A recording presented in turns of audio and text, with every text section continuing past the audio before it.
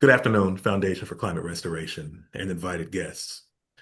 Before I begin, I want to thank Alan Hyman, Mark Batchelder, Carol Douglas, and the incomparable Julia Dederer, and all the regular members of this foundation for inviting me here today. It's an honor to be a part of this founder series and just to be before people who understand that the essential work that you're all doing here to increase awareness of the possibility of a safe and fruitful future is always a joy. I'm Marcus Cooper. Julia introduced me already. I'm the Chief of Staff of Deep Green Solutions. I think we're the only group that's 100% focused on implementing the solutions necessary to begin sequestering carbon on a gigaton scale within our lifetimes. And I'm here to make the case for what I believe is the most pressing opportunity of our time, and that is climate restoration. As a personal note, I never set out to be an activist. I never really set out to be anything more than a good citizen, to try to do the right thing. I always try to understand what's really happening. And what I've learned over these past years is fundamentally changed everything about how I see our future. And more importantly, how I see our power to shape that future. And this starts off a bit somber, but it's a message, not just of hope, but eventual triumph. For all of our lives, certainly for all my life, we've been told the same story. We've been told we can beat global warming. And the prescription's been consistent. Cut back on plastic use, drive an electric car, switch to renewables, recycle more diligently, reduce, reuse, recycle our way to victory. Do your part and we'll solve this together. And that message resonated. It felt achievable and it felt like something we could actually do. And and it was true in 1995. It was true when we first started having these conversations in earnest. And maybe it was even true in 2005. An Inconvenient Truth came out, climate became a mainstream concern. But that message is not true in 2025. The data are unambiguous. We're gonna blow past the climate goal that we set in Paris all those years ago, 1.5 degrees centigrade of warming. And there's nothing we can do to stop that from happening. Bill Gates himself, who has access to the best climate scientists and the most sophisticated models in the world, says we're likely to see 2 degrees of warming, if not three, before we reach net zero emissions. The scientific consensus is crystal clear. Just reducing our emissions will not save us from the worst impacts of climate change. All net zero does is lock us into the current cycle of unsustainability. And here's the analogy that keeps coming to me. You can't keep mashing on the brakes after you've already gone off the cliff. At that point, it's too late for what would have been a reasonable action further up the road.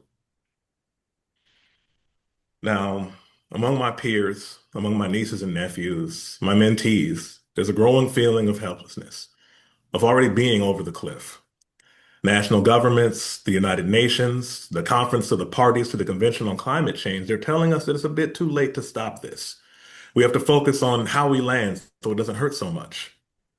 And I think we in this foundation are all positive that the reason that feeling pervades so much of the climate conversation is because we fail to communicate this one critical fact that we're not over the cliff. We can put the vehicle in reverse. And to understand how we reverse course, to really grasp what climate restoration means, we need to understand what got us here in the first place. To do that, we need to go back, way back. Picture the Earth during the time of the dinosaurs. I always picture the Jurassic period, which isn't even the Jurassic period, but it had all the cool dinosaurs. This isn't the Earth we know. It was hot, much hotter than today even. It was humid. Moisture was thick in the air.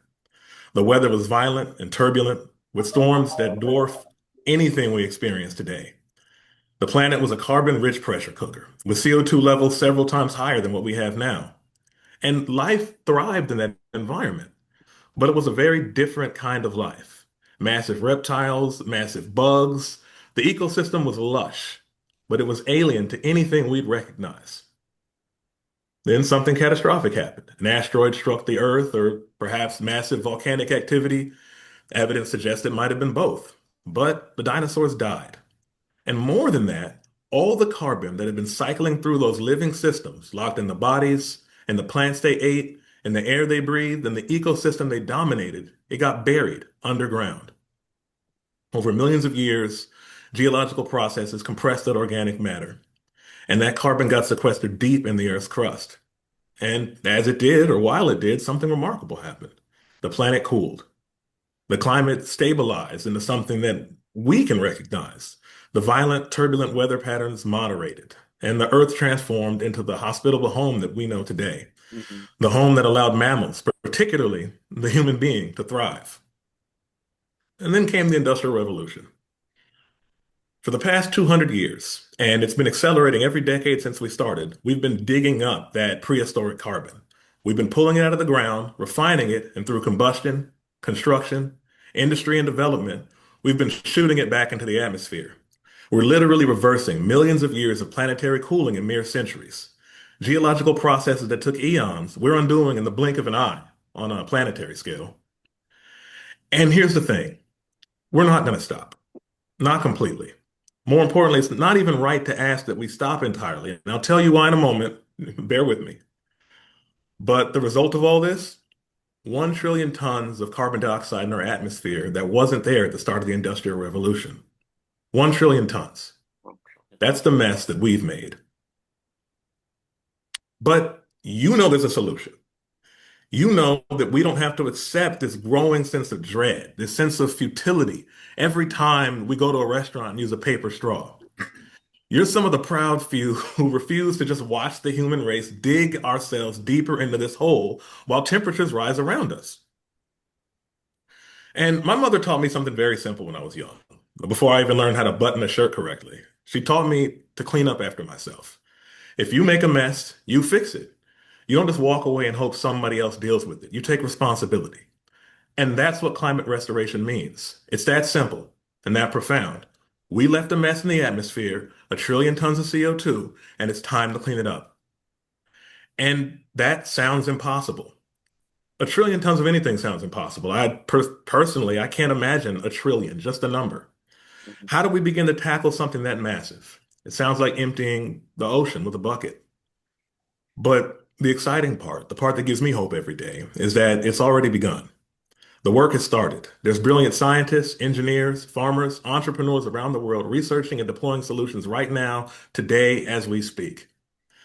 And the sum of it is, it's just us straightening up the playroom for the next generation.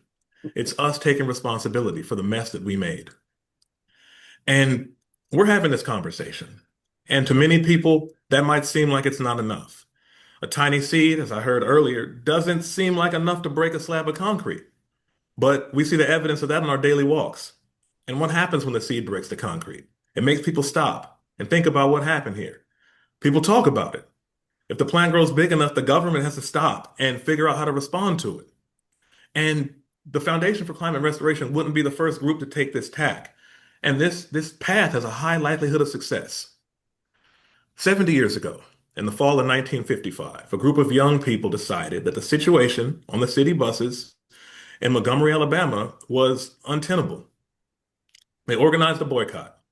And on December 5th, 1955, they began that boycott with the goal, a very modest goal of having dedicated seating in a still segregated bus system.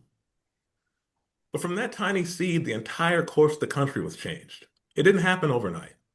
And it wasn't easy. It happened via dogged persistence, the dogged persistence of what was first a small group. It happened because a few people who were disturbed by the conversations happening around a situation that got worse every day decided to change them. That troubled few became an organization, and that organization became a very pivotal historic march on Washington, D.C., a march that did not seem possible on December 5th, 1955. It took 8 years to get that march on Washington. But because of that work, my mother grew up in a country where she went to the school closest to her house, not the one where the students matched the color of her skin. We decided to take the bull by the horns. And we decided that because if we don't spread the word that climate restoration is possible, more and greater injustices are right around the corner. And we have to recognize that in many ways, the Foundation for Climate Restoration, uniquely among other similarly focused groups, is positioned to be that seed that changes the conversation on this well-traveled path. Now, I said I'd address it earlier, and I have to address this because it makes a lot of people uncomfortable. But we can't have an honest conversation about climate without talking about this. The global south is going to burn fossil fuels. They're going to burn them to develop their economies, to lift their people out of poverty, to deliver clean water, medicine, education, women's rights. All the luxuries and benefits we enjoy here in the developed world. Literacy, healthcare, central heating and air conditioning, the infrastructure we take for granted every single day. They want those things too. They deserve those things. My maternal grandparents' town in Belize just recently got 24/7 electricity. And they're not going to wait for eventually. They're not going to wait for some perfect future technology that might make development carbon neutral. They're going to use the tools available to them right now, just like we did. And frankly, it's deeply unfair of us to ask them to wait. Think about what we're asking when we say don't develop the way we did, while we sit in our comfortable climate controlled buildings. We got here by burning fossil fuels for 200 years. We built our wealth, our infrastructure, our quality of life, our safety on that carbon intensive development. And some want to turn to these countries that don't have these things and say, sorry, the ladder we climbed up on, we're pulling it up behind us. You have to find a different way. It's not just impractical, it's indefensible morally. And that's exactly why climate restoration means so much. The choice doesn't have to be development or climate. It doesn't have to be a zero-sum game where someone has to lose. The choice is development and restoration working together. We have to clean up the mess as the world continues to develop. We dig ourselves out of the hole while others build themselves up. It's the only moral path forward. It's the only practical one. It's the only practicable one. The only path that acknowledges both the urgency of the climate crisis and the legitimate aspirations of billions of people around the world. So, how do we do this? How do we make climate restoration happen at the scale we need? Because, I mean, we've waited for multiple international treaties to be negotiated and ratified. We waited for corporations to decide it's profitable enough to pursue. We waited for the government. But we don't need to wait. We don't need permission to act. We don't need an order from on high telling us it's okay to start cleaning up our mess. We need ourselves. We need each other. We need to come together and create a voice that's too loud to ignore, telling the powers that be, governments, corporations, whoever, that restoration is not only possible, that we demand it, that we're not asking anymore, we're insisting. The Youth for Climate Restoration are insisting. They're the primary drivers of the push that got close to 60,000 signatures in the Climate Restoration Pledge. Independent organizations are insisting. Kiko Toro, companion of mine at the Anthropocene Institute, he's insisting via his articles on his blog, 1% Brighter. Deep Green Solutions is insisting. We're still raising a couple of $100,000. We're short of that. What we need to complete our first in the water ocean iron fertilization test. The Foundation for Climate Restoration is insisting that this isn't a job for billionaires alone. This isn't Jeff Bezos and Elon Musk or whoever writing a check and funding a vanity project. And don't get me wrong, I'm sure you'll take their money if they want to help, but that's not what this is. This is our Dunkirk moment. Mm. And for those who might not know the full story of Dunkirk, in 1940, the British Army was trapped on the beaches of France, surrounded by the Nazis. They were Right. facing annihilation, and the Royal Navy didn't have enough ships to evacuate everyone in time. So, what happened? Ordinary citizens stepped up. Fishermen took their fishing boats across the English Channel. Pleasure boat owners sailed their yachts into a war zone. Ferry operators, recreational sailors, people with no training, no obligation to risk their lives, people that saw what needed to be done, they donated their time and their money, and they went. They did not wait for someone to tell them it was their responsibility. They saw that their people needed saving. They got in their boats and they went. Because of their efforts, over 300,000 soldiers were rescued. And that's because ordinary people did extraordinary things. It turned around the war effort before it even really started. And that's us right now. This is our moment. Climate restoration is our Dunkirk. This is an all hands moment in history. Every single person who can help must help. And just like cleaning up after a big family gathering, it's not just mom and dad doing all the work. Everyone pitches in. Everyone contributes what they can. Even the kids take out the trash. Everybody helps. And the Foundation for Climate Restoration has set an ambitious goal for 2026 to supplement their work to advance the conversation on and around climate restoration, to fund informational sessions and programs at universities and in communities, to support research, to build the infrastructure and the knowledge base that this movement needs to scale up, to amplify the voice demanding a new conversation. They have a bold vision. And here's how it's going to happen. 1 million people, each committing $10 a month. All right. $10 a month. Let that sink in for a second. That's a venti latte. That's one half of a streaming service that somehow still has commercials, even though the whole reason you bought the service is so you wouldn't have commercials. That's a visit to the drive-through by yourself once a month. But 1 million people, each contributing $10 a month, That creates a funding stream of $10 million a month. That's $120 million a year. That's the type of money that'll transform the conversation of conservation into one that's focused on restoration. And that way, we don't have to wait for someone to allocate funding in their budget for corporations to decide this is worth investing in. We can fund this movement ourselves. We can make this conversation happen ourselves. We have that power right now, today. We don't have to wait, and we won't wait because we can't afford to. Now, there's an old hymn in the South. My grandma sings it, and the chorus is Lord, send a revival, and let it begin in me. Let it begin in me, not someone else, not the person sitting next to you, not a billionaire fat cat who needs to be doing more. Me, I take responsibility. I step up first. And that's what's being asked of you today, to step up, to talk to your friends, to convince them to step up, join the mailing list, become contributors, have conversations with their friends, not just politely listen to you. I know we all get a little bit of that when we talk about this with our friends. I'm a $10 a month donor. I've already committed. I've already started. I'm in the boat and I'm asking for others to get in with me. We're talking about creating a whole new conversation about climate, entire new fields of expertise, a new generation of people who know how to actually restore the climate, not just slow down the damage. Your newest board member, Daniel Kamunga, is doing incredible work with the foundation already, has a vision for certificate programs that'll train the next generation of climate restoration professionals in other continents. Together, we're talking about creating a whole new field of expertise, a new generation of people who not only believe we can restore the climate, but have the know-how to pick up the torch from us and finish the job. We can make that happen. We can fund it ourselves. Together, 1 million of us, $10 a month. And if you don't have the money, you definitely have a voice. Make the conversation whenever you're in it about climate restoration, not folding up and quitting. I said this is our Dunkirk moment, and I meant it. When the British Army was trapped and facing annihilation, it wasn't the Royal Navy that saved them, it was the fishermen. It was ordinary citizens who got in the channel and did what needed to be done. That's us. And later on, in large part because of what the people did at Dunkirk, when the government was ready to move, they had soldiers available to move. They had an energized population. And when Churchill addressed Parliament after Dunkirk, he didn't sugarcoat the danger. He didn't pretend everything was fine. But he also refused to surrender to despair. He refused to accept that the story was over.